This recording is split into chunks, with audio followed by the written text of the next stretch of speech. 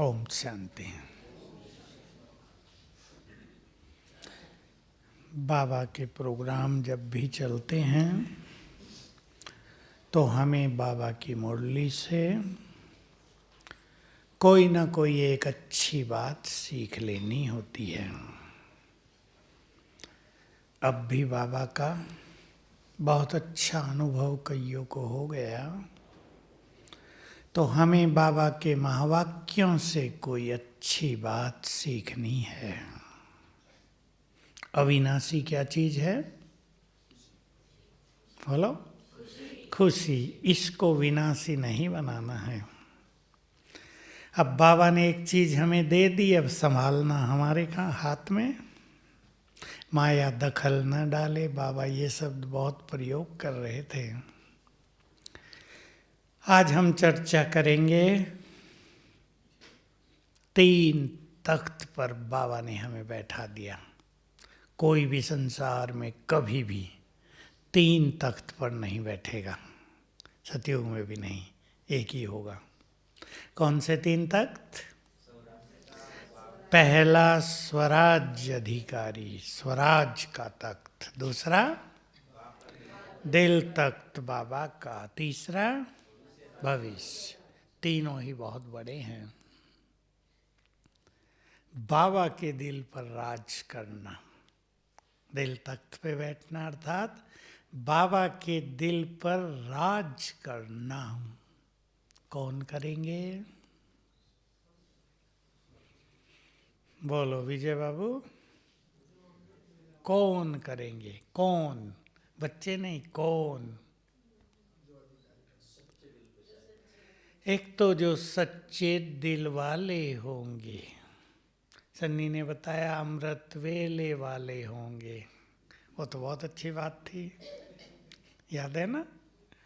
और कौन करेंगे? भगवान के दिल पर राज, अर्थात उसके दिल को जीत लें हम। एक ही बार ये मौका मिलता है, भक्ति में नहीं। जब हम भगवान के दिल पर राज कर सकते हैं, किसी के दिल पे चढ़ जाना, फिर वो कितनी दुआएं, कितनी मदद, क्या क्या मिलेगा उससे हम सोच लें। कौन चढ़ेंगे बाबा के दिल पर? पवित्र आत्माएं। बहुत अच्छी बात है। और ठहरो, बहनों को बोलने दो, भाइयों ने बहुत बोल दिया। बोलो बहने। सच्ची दिल वाले। किसे कहते हैं सच्ची दिल? पाप करो और बाबा को बता दो, इसको भी सच्ची दिल नहीं कहते। एक टोटल सच्चाई पे चलने वाला जीवन। कई लोग बात बात में गड़बड़ करते हैं, बात बात में वो किसी को भी प्रिय नहीं होते, मनुष्यों को भी प्रिय नहीं होते, उन पे कोई विश्वास भी नहीं करेगा। पहले ही सोचेंगे पता नहीं ठीक बोल रहा है या गलत। सच्चाई, असली सच्चाई, एक तो बोलने की व्यवहार में तो है ही, पर असली सच्चाई है अपने सत्य स्वरूप में स्थित होना। ये असली सच्चाई है। बहुत पवित्र आत्माएं तो बाबा को बहुत आकर्षित करती हैं, वो तो परमधाम में भी बाबा के समीप रहती हैं। और कौन बाबा के दिल को जीतेगा? पहली बात, पहली, जो उसके आज्ञाकारी बनेंगे। आज्ञाकारी, जो उसके कार्यों को संभालेंगे। लौकिक में भी यही होता है। बच्चे बाप के बिजनेस को अच्छा संभाल ले तो वो दिल पर रहेगा, उसके लिए बाप कुछ भी करने को तैयार रहेगा। बाबा के कार्य को संभालना, उस कार्य में यदि मैंपन आ गया तो बहुत बड़ी मिसिंग। हम इस बात को बहुत अच्छी तरह अपनाते चलें। मुरली में था, करावनहार करा रहा है। हम सब निमित्त हैं, लेकिन वो कराएगा उससे ही जो, सिंपल भाषा, जो करना चाहेंगे, जो योग्य भी होंगे और करना भी चाहेंगे। मान लो सवेरे उठने की बात है, अब हमने मन ही बना लिया हो, अरे बहुत बार उठ के देख लिया, कुछ तो होता नहीं, योग भी नहीं लगता अपना, तो नींद आती है, सारा दिन भी थके थके रहते हैं। कई लोग पहले से ही प्लान बना लेते हैं, अभी देर तक तो काम धंधों से आए हैं, अभी सवेरे उठने की नई टेंशन, तो बाबा उन्हें मदद करेगा नहीं। और कुछ माताएं मुझे सुनाती हैं, चाहे हम 1 बजे सोएं, 4 बजे उठ के अच्छा योग करते ही हैं, तो उन्हें मदद मिलती है ना, मदद मिलती है। कुछ कुमार मेरे पास आए, इस बार 3 आए, जिन्होंने कहा जब से हम ज्ञान में चले हैं हमारा अमृत वेला कभी मिस नहीं हुआ। बहुत अच्छी बात है ना। चलो कभी योग पावरफुल हुआ, कभी हल्का हुआ, वो तो अलग बात है, पर ऐसी आत्माओं को बाबा की दुआएं बहुत मिलती हैं, और भगवान की दुआएं लेना ये छोटी बात है क्या? भक्ति में तो बोलते ही रहे, मुस्लिम रिलीजन में तो आप सुनते हो ना, भगवान खुदा से दुआ करो, दुआ मांगो, उनके यहाँ तो शब्द ही ये है। यद्यपि उनको दुआएं बहुत कम मिली हैं। दुआएं किसको मिली? देवकुल की आत्माओं को। दुआएं उन्हें मिली जिन्होंने उसके कार्यों को सफल किया, पूर्ण किया, जो उसके आज्ञाकारी बने, और जो उसके नाम पे हिंसा ही करते रहे, लड़ते झगड़ते रहे, वो उससे दूर रहे। तो हम सभी बाबा के दिल तख्त नशीन भी बने। सब सोचेंगे बाबा मुझे बहुत प्यार करता होगा या नहीं, सब सोचेंगे। लेकिन कई लोग बहुत निगेटिव होते हैं, बाबा तो मुझे प्यार करता ही नहीं, करता होता तो स्टेज पे बुला लेता। 5-7 साल पहले एक बहुत चली ये बात, 5-7 साल पहले नहीं, 10 साल पहले, कि बाबा तो इनको प्यार करता है, हमें नहीं करता। लेकिन बाबा जो अति सूक्ष्म है और निराकार भी है, उसका प्यार स्थूलता से नहीं आंका जा सकता। वो तो जो उसके सामने बैठा होगा उसको प्यार की दृष्टि देगा ही ना। लेकिन इसका अर्थ ये नहीं कि हम दूर बैठे तो हमें उसका प्यार नहीं मिलेगा। उसका प्यार हमें फील होगा रोज। हम कितने उसके समीप हैं ये स्थूल समीपता से नहीं नापा जा सकता। उसकी मदद, प्यार है तो बहुत मदद का अनुभव होगा। इस मुरली में एक बहुत गहरी बात थी, मैं आपको केवल वो याद दिलाता हूँ और उस पर सभी जरा चिंतन करेंगे। सतयुग का एक राज प्राप्त करना है तो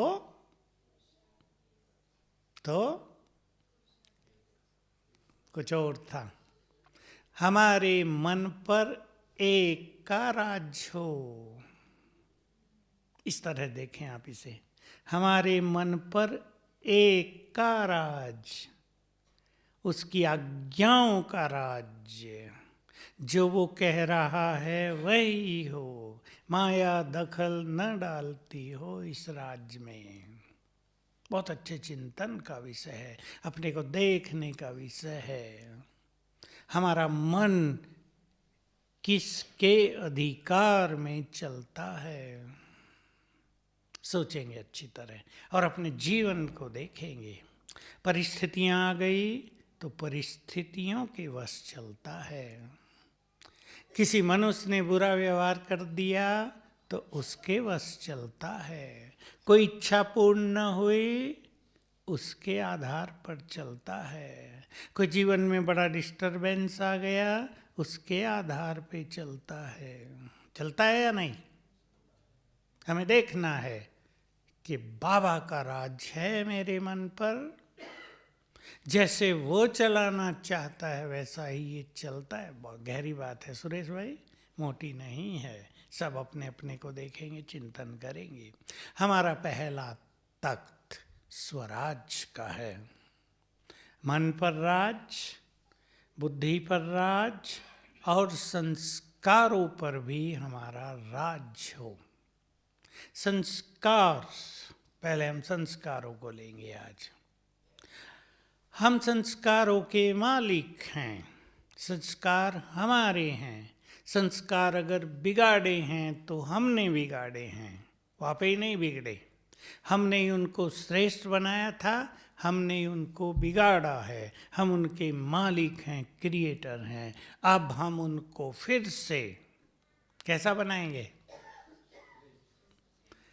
देव संस्कारों में बदलेंगे। 5 संस्कार निकाल दे जरा देवताओं के, बोलो। देवता माना जो वहाँ चलते हैं वही नहीं, पर जो देवी संस्कार माने जाते हैं। जैसे 1 सुखदायी संस्कार,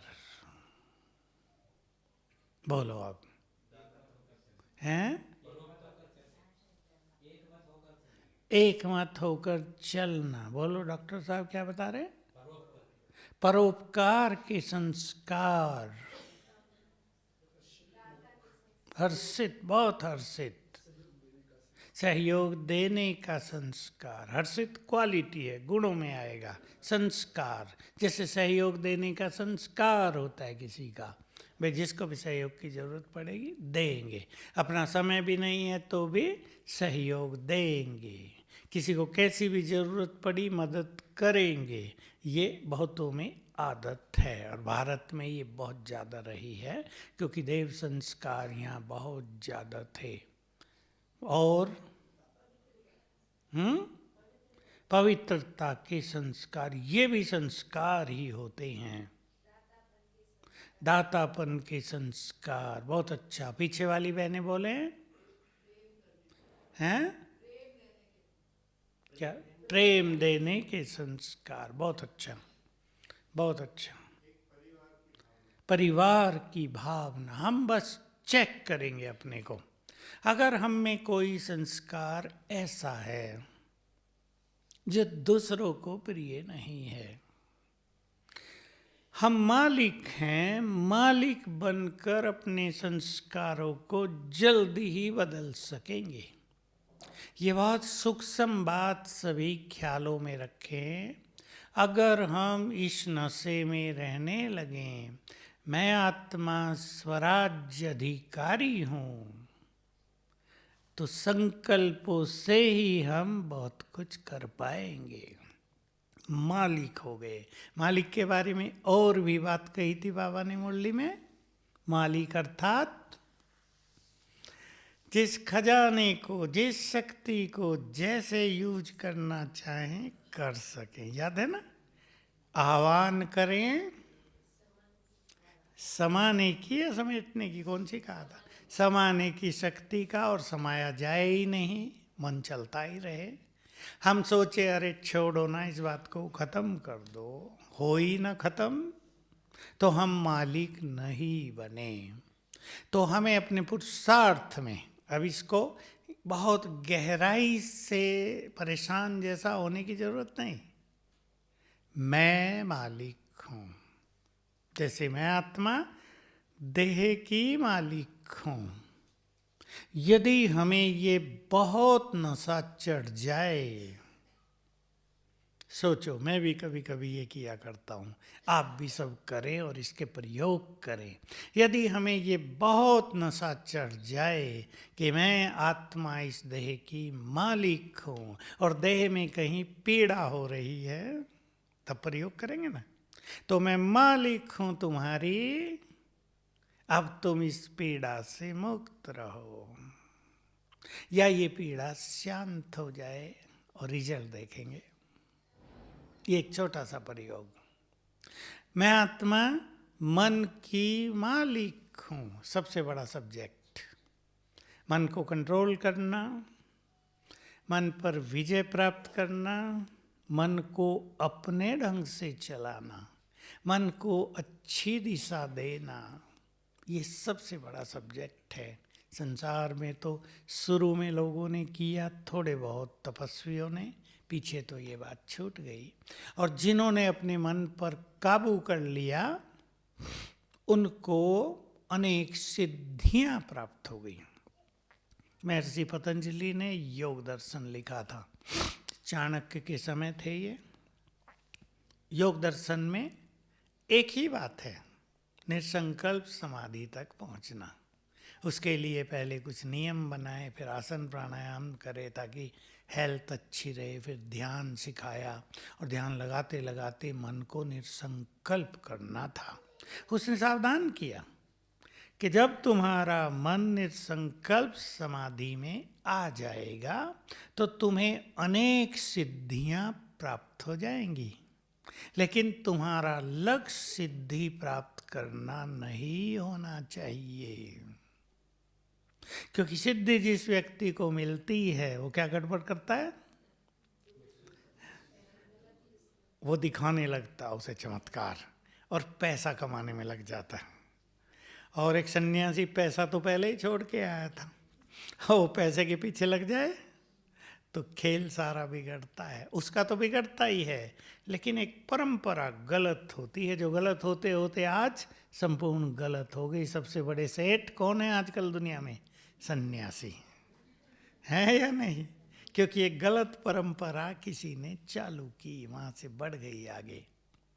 हम भी, मैं स्वराज्य अधिकारी हूं, इस स्वरूप में रहकर मन को कंट्रोल करें, अच्छी दिशा दें। इससे हमें बाबा ने सिद्धि को क्या कहा? बोलो, सिद्धि को दूसरा शब्द दे दिया, बोलो, सफलता। बाबा ने वैसी सिद्धियों के बारे में हमें नहीं बताया, उसे अलग रखा है। सफलता, जो कार्य करेंगे सफल होंगे, कहीं सेवा करेंगे सफल होंगे, लौकिक में भी आपका बिजनेस है सफल होंगे, कोई नया काम आपने किया तुरंत सफल होंगे। ये है सिद्धि। तो जितने हमारे संकल्प पॉजिटिव होंगे उतनी सहज सफलता प्राप्त होगी। तो ये हम प्रैक्टिस करें, क्योंकि हमारा ये बहुत बड़ा सब्जेक्ट है और लंबे काल से चलता आया है। स्वराज्य अधिकारी हो, बाबा ने हमें ये स्मृति दिलाई है। तो मैं आत्मा, दोनों शब्द जोड़ेंगे, दोनों स्वमान। मैं मास्टर सर्वशक्तिवान हूँ, राजा पावरफुल होगा ना, और इस सिंहासन पर विराजमान हूँ, स्वराज्य अधिकारी हूँ। सब प्रैक्टिस करेंगे, आज सोते समय भी करेंगे, कल उठते ही यही याद आए, मैं आत्मा, मास्टर सर्वशक्तिवान और स्वराज्य अधिकारी, राजा, मस्तक सिंहासन पर विराजमान हूँ। बहुत अच्छी फीलिंग हमें बढ़ाते चलना है। मैं मालिक हूँ मन की, जैसे मन से बात करते रहे, मेरे मन, मैं तुम्हारी मालिक हूँ, इधर नहीं जाना है। बाबा की मुरली आपको याद हो, अपने कर्मचारियों पर दरबार लगाया करो। मन है मंत्री, बुद्धि है महामंत्री, मुख्यमंत्री, और ये संस्कार हैं तुम्हारे कर्मचारी। ये सब ऑर्डर में चलने चाहिए। ऐसा नहीं हो मंत्री राज कर बैठे। बहुत जगह ऐसा हुआ है, मंत्रियों ने राज ले लिया है, कई जगह सेनापतियों ने राज ले लिया है। पाकिस्तान में तो होता ही रहता है, जनरली राज ले लेते हैं। लेकिन इतिहास में भी होता रहा, जब सेनापति ने देखा कि जो सम्राट है वो योग्य नहीं है, प्रजा उससे दुखी होती जा रही है, वो ध्यान नहीं दे रहा है, कई बार हुआ है ये, तो सेनापति ने स्वयं उसको हटा के सत्ता पर अधिकार जमा लिया। खूनरेजी नहीं हुई, उसके परिवारों को भी कष्ट नहीं दिया, लेकिन खुद सत्ता ली ताकि फिर से भारत स्ट्रोंग हो। कई बार ऐसा हुआ द्वापर युग में भी, अब हम जानते हैं ना द्वापर युग, मौर्य वंश भी चला, 7 पीढ़ी शायद चली। आखिरी जो सम्राट था उसमें क्या हुआ, वो विदेशियों की तरफ ज़्यादा आकर्षित होने लगा, अपने शासन पर कम ध्यान देने लगा। सेनापति ने जब देखा ये हो रहा है, अशांति होती जा रही, सेना के बीच भी, सेना कभी विद्रोह भी कर सकती है, उसने सत्ता ले ली। तो फिर दूसरा वंश चला। तो ये इतिहास में होता रहा, यहाँ से शुरू होता है।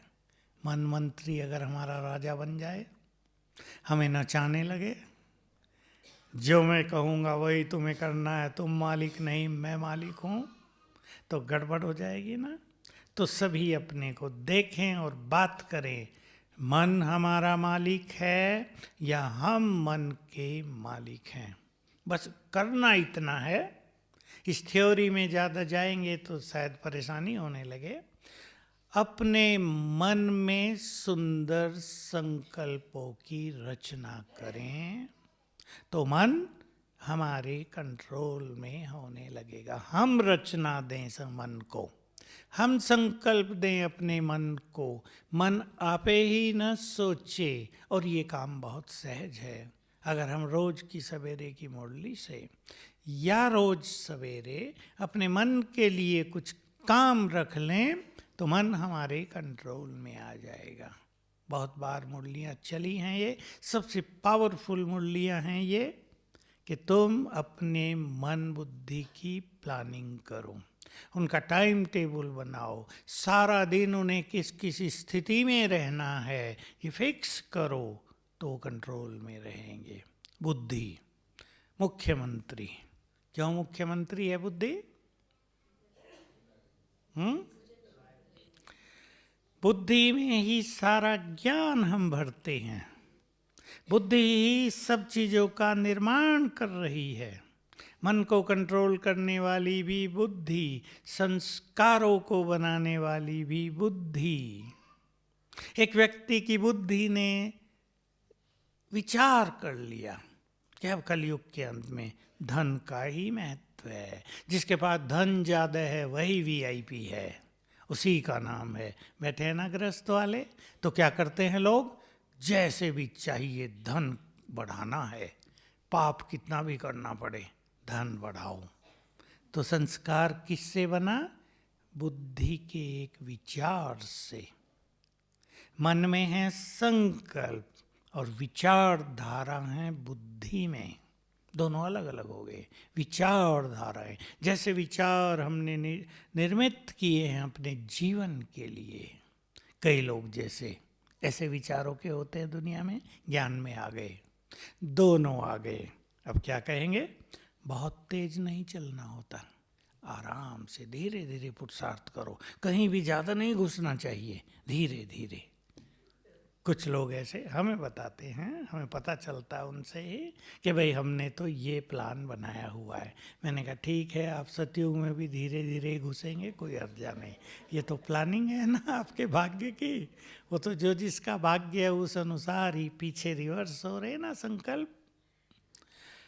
तो बुद्धि जिसमें हम ज्ञान अपना रहे हैं, जिसमें हमने शक्तियाँ भरी हैं, जिसमें सारे गुण भरे जाते हैं, ये धारणा शक्ति हमारी बुद्धि है। जो कुछ भी हम धारण कर रहे हैं, सवेरे हम मुरली सुनते हैं, ज्ञान समाया जाता है किसमें? बुद्धि में। आपके बच्चे पढ़ने जाते हैं, बुद्धि में सब कुछ समाया जाएगा। बुद्धि अगर कैसी है, क्यों नहीं ज्ञान समाया जाता? बुद्धि कैसी होती है? पहले ही फुल किया हुआ है, मेमोरी कार्ड। आजकल की भाषा, माताओं को पता है ना, मेमोरी कार्ड आपके उसमें भी लगता है मोबाइल में। फोटो नहीं आ रहे तो कहेगा भाई अब फुल हो गया है। मेमोरी कार्ड नहीं, उसको तो कुछ और कहते हैं, वो फुल हो गया है। तो कुछ डिलीट करो कुछ फ़ोटो, तब नहीं खींच सकते। कईयों ने अपनी बुद्धि को फुल कर दिया है तो नई बात ठहरती नहीं है। इस पे बहुत ध्यान देना है कि कहीं हमने अपनी बुद्धि को ऐसे वैसी चीज़ों से फुल तो नहीं कर लिया है और अच्छी चीज़ों के लिए जगह ही नहीं बची है। बहुत अच्छी चीज़ें कौन सी हैं जो हमें बुद्धि में लानी है? बोलो, सबसे अच्छी चीज़ कौन सी है? और भी बताओ, उससे भी अच्छी, उससे भी अच्छी। हाँ, बाबा तो है, उससे अच्छा तो कोई नहीं। हेम सिंह भाई की बात तो फाइनल हो गई, लेकिन बाबा के द्वारा दिए गए वरदान पहली चीज। हाँ, कोई भी वरदान, फिर शक्तियाँ, और फिर ये सब खजाने, चाहे प्योरिटी है, खुशी है, ज्ञान का खजाना है, श्रेष्ठ संकल्पों का खजाना, ये सब हम बुद्धि में भरते जा रहे हैं। तो इतनी सुंदर चीजें हमें भरनी हैं। तो खराब चीजों को क्या करेंगे? अब सोचो माताओं के घर में बहुत कीमती चीज आ गई हो और इतनी बड़ी हो कि 20 किलो का कंटेनर चाहिए, 20 लीटर का। अब आप उनके पास जो 20 लीटर का है उसमें आपने कुछ कुछ भरा हुआ है, मान लो गेहूं भरा हुआ है और माल आ गया बहुत कीमती। गेहूं तो किचरा नहीं है, वो तो अच्छी चीज़ है। तो गेहूं को भी खाली करके अच्छी सफाई करके रखेंगे ना वो भरने के लिए। और किसी ने गंदगी भर दी हो तो बहुत अच्छी सफाई धुलाई करनी पड़ेगी। अनेक मनुष्यों ने अपनी बुद्धि को गंदगी से फुल किया हुआ है, जो बहुत दुखी है, जो बहुत परेशान है, जो बहुत चिंतित हैं, जिनके मन में निगेटिव संकल्प चलते हैं, जो बहुत सोच रहे हैं। उसका एक ही बड़ा कारण है कि बुद्धि के इस सुंदर पात्र में गंदगी भर ली है। दूसरों को देखा है, अपने को नहीं। दूसरों को जानने का ज्यादा प्रयास किया है, अपने को जानने का ख्याल ही नहीं रखा। एक ने कहा मुझे, तब से मुझे ये बात बहुत अच्छी लगती है। यज्ञ को छोड़कर जा रहे थे कोई, मेरे पास भी लाए गए, भाई इनसे कुछ अच्छी बात कर लो। मैंने पूछा हुआ क्या? पहले तो कहा रंगीन कपड़े पहनने की इच्छा होती है। कोई नहीं, पहन लेना चलो। पर मैं तो जानता हूँ क्यों जा रहा है कोई यज्ञ से, खींच रहा है कुछ। क्या खींच रहा है पता है ना? बस मैं ज़्यादा नहीं बताऊंगा, आप ही सोच लेना। मैंने कहा क्या बात हुई, क्यों जा रहे हैं? सबको देख लिया, ऐसे बोले। मैं भी सोचा इसको बता तो दूं ही ताकि ये भ्रम में न रह जाए। मैंने कहा तुमने सबको ही तो देखा है, बस गड़बड़ यहाँ हो गई, अपने को नहीं देखने की कोशिश की कभी भी। मैं कहा हो सके तो अपने को देख लेना जाके भी। तो देखो ये ऐसी चीज है जिसको मनुष्य एक गंदगी के रूप में भर लेता है ना। दूसरों को देख रहे हैं, गंदगी गंदगी भरी जा रही। और जिसकी ऐसी वृत्ति होती है ना दूसरों को देखने की, वो दूसरों की अच्छाई कभी नहीं देखते। नहीं तो कहेंगे नहीं हम दूसरों को देखते हैं, उन्हें तो लगता है यहाँ कोई भी अच्छा नहीं है। ईश्वरीय परिवार जिसमें संसार की सबसे महान आत्माएं रहती हैं, इनमें से उनको लगता है यहाँ कोई भी अच्छा नहीं है। उनको लगता है मैं ही अच्छा हूँ बस, बाकी सब खराब हैं। तो अगर दूसरों को देखना है तो महान आत्माएं भी तो यही है ना। विजय रतन देवकुल की पूरे 84 जन्मों के हीरो एक्टर भी तो ब्राह्मणों में ही हैं, वो कहीं बाहर नहीं है, वो सब देवकुल की आत्माएं हैं। तो हम इन गंदगियों को साफ करें, लेकिन हमें पता हो कौन सी गंदगी भरी हुई है। कहानी सुनाया करते हैं ना, सत्संग हुआ सन्यासी का। एक माता ने कहा मेरे घर में कल आपको भोजन करने आना है, लेकिन मैं बहुत अशांत रहती हूँ, आपसे कुछ चर्चाएं करनी हैं। आ गए महाराज भोजन करने और कमंडल लेकर आए और उसमें आधे में गोबर भी भर लाए। खाना बनाया था माता जी ने, बहुत अच्छा। महाराज बैठो खाओ। के नहीं खाऊंगा नहीं, इसमें डाल दो। अब माता जी कहे इसमें तो गोबर भरा है आधा, कैसे भोजन डालूं? मैं तो खीर भी बनाई है, घी की पूरी भी बनाई है, कैसे डाल दूं इसमें? बस का यही तुम्हारे प्रश्न का उत्तर है। अब तुम्हें अच्छी चीज डालने के लिए इसको गिराना पड़ेगा, धो के साफ करना पड़ेगा ना। तुमने भी अपनी बुद्धि के पात्र में गंदगी भर ली है, तो सुख शांति जैसी सुंदर चीजें कैसे आएंगी? सभी ध्यान दें, इस गंदगी को हमें निकालना है और स्वराज अधिकारी के अभ्यास से ये गंदगी हमें रियलाइज भी होगी, हमें पता भी चलेगा कि ये गंदगी है। नहीं तो बहुतों को पता नहीं चल रहा कि ये गंदगी है। वो गंदगी में जीते हैं लेकिन उन्हें पता नहीं चलता कि ये गंदगी है। वो दूसरों के बारे में सोचते रहते हैं, पर चिंतन में लंबा समय गुजरता है, पता नहीं चलता। अब एक बात पर और चिंतन करेंगे। समय के लिए क्या कहा बाबा ने?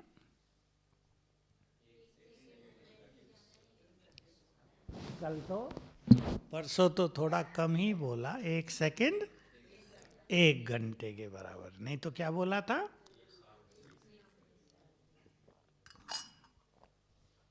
तब मिनट कहा था। 1 मिनट 1 साल के बराबर है। और मतलब ये है कि बाबा समय का पूरा महत्व दिलाते हैं याद हमें, कि तुम्हारा जो वर्तमान समय है ये बहुत कीमती है और ये दिन याद आया करेंगे। याद रखना ये बात। जब इस संसार में भंबोर को आग लगेगी, बहुत भयानक सीन होगा।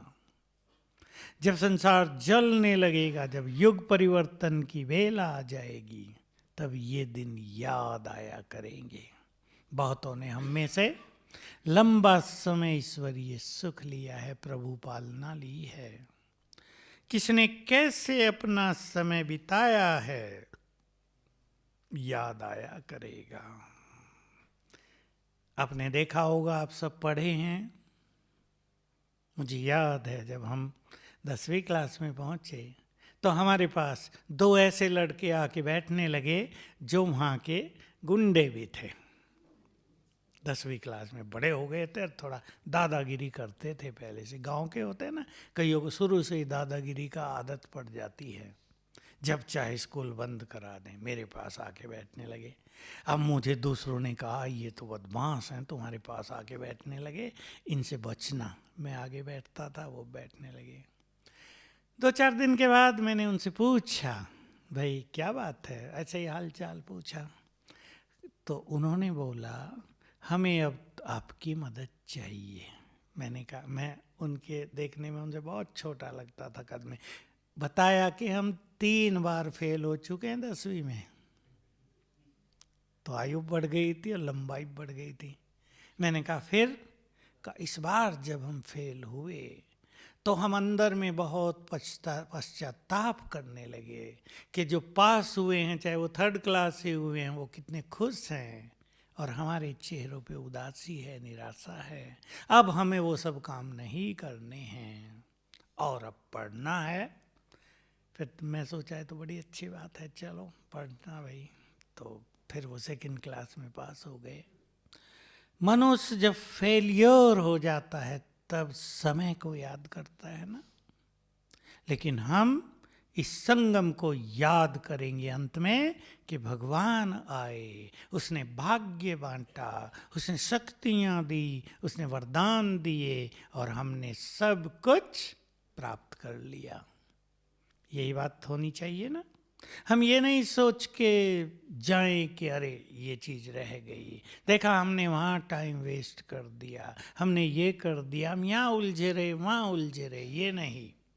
तो आप चिंतन करेंगे सभी, ये लास्ट बात, सभी बहुत अच्छी तरह चिंतन करेंगे। हम अपने संगम युग के अनमोल क्षणों को कैसे बिता रहे हैं। रोज हमारा कैसा बीतता है, सवेरे से उठकर और सोने तक हमारा जो दिन बीतता है, जीवन बीतता है ना, ये भी वो कैसे बीतता है। सफल है श्वास, सफल है हर पल, या खाली रहते हैं। कई लोग घंटों घंटों टाइम बिताते हैं, बैठे रहते हैं, बात करते हैं, उन्हें पता नहीं चलता कि अनमोल समय बीत रहा है। उन्हें यह भी नहीं पता होता कि क्या करें इस अनमोल समय में। हमें याद रखना है, हमारे एक एक सेकंड के सुंदर वाइब्रेशंस चांद तारों को बदलेंगे, प्रकृति को बदलेंगे, हवा को, धूप को बदलेंगे, प्रकृति को अति सुंदर बनाएंगे। ये आप ही थोड़ा ही बनेगी, ये हम सब आत्माओं ने अपने वाइब्रेशन से बनाया है। तो हम अपने समय को खुद वैल्यू दें। सवेरे कैसा बीतता है, मुरली के समय कैसा बीतता है, सेवाओं के समय कैसा बीतता है, हम सेवा सच्चे दिल से करते हैं या आनाकानी से करते हैं, हम दूसरों को सुख देते हुए जीवन बिता रहे हैं, हम सुख ले रहे हैं या नहीं ले रहे हैं, हम भगवान के पास आ गए हैं। देखो, भक्ति में जो जो था सब प्रैक्टिकल में है।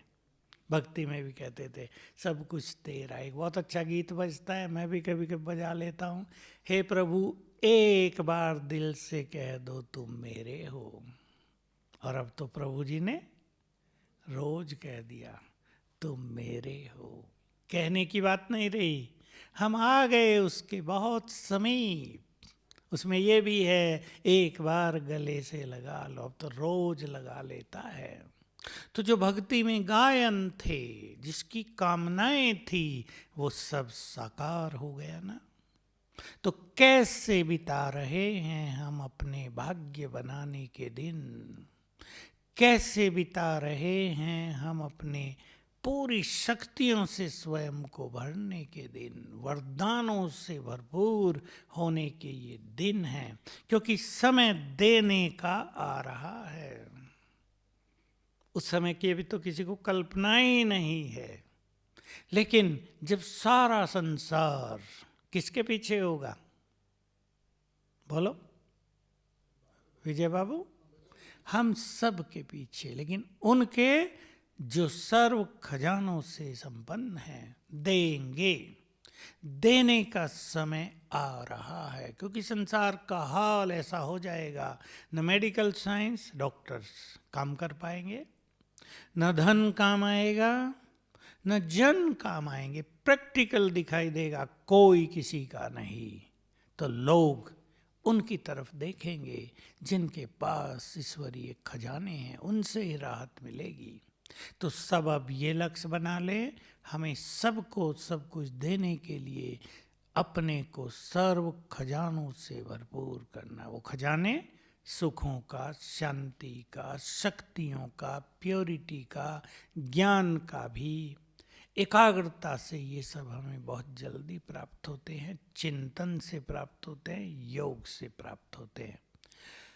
तो हमारी अब लास्ट बात में भी लास्ट सुन लें, कल्प की क्लोजिंग सुंदर हो जाएगी। कल्प की क्लोजिंग होगी। 3 दिन की यहाँ सेमिनार होते रहते ना ज्ञान सरोवर में, क्लोजिंग रखते हैं, वैलिडिक्टरी सेशन बोलते हैं। क्लोजिंग सुंदर होगी। कल्प समाप्त किया हमने, क्लोजिंग फर्स्ट क्लास। और फिर आएंगे उसको ओपनिंग कहें तो ओपनिंग भी बहुत सुंदर। तो क्लोजिंग ऐसी हो, वाह वाह करते जाएं, जैसे कल परसों कहा बाबा ने, जो अमृत वेले को महत्व देते हैं, शक्ति और वरदानों को रिसीव करते हैं, उन्हें बाबा सर्टिफिकेट देते हैं। वाह मेरे बच्चे वाह, कितनी सुंदर बात है, कैसी अच्छी क्लोजिंग। तो सभी बहुत अच्छा चिंतन करेंगे। ओम शांति। अब स्वराज्य अधिकारी बनकर बैठेंगे। बैठे सब अपने अपने सिंहासन पर राजा बनकर, और मास्टर सर्वशक्तिवान, और ये फीलिंग ले मैं मालिक हूं।